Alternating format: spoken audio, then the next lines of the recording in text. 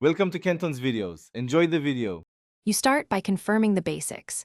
Make sure the ring/silent switch is set to ring and the main volume is high. Open clock and choose alarm, then edit or tap plus to create one. Select sound and pick a ringtone known for loud peaks. You can also add a custom tone from Files or GarageBand. These steps get you into the alarm settings where iOS controls live, so you can change what the alarm plays and how it behaves when it fires. Now adjust how loud your alarm will actually be.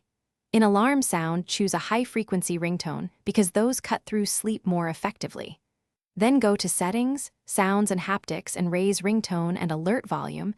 This controls alarm loudness. Disable Do Not Disturb or Ensure Alarm is allowed through Focus settings. If you use a custom track, make sure its file itself is normalized loud. Otherwise, the system will play a quiet. Finish with a practical test.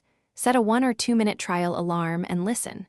Make sure Bluetooth is off or disconnect external speakers, because alarms may route to paired devices and sound lower. If the alarm still seems soft, check volume limit in Settings Music and verify the custom audio file is normalized and not clipped. If problems persist, reboot the phone. Once done, repeat the quick test to confirm the louder alarm behavior.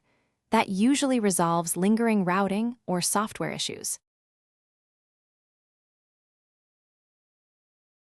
Thanks for watching. Consider subscribing if we helped you.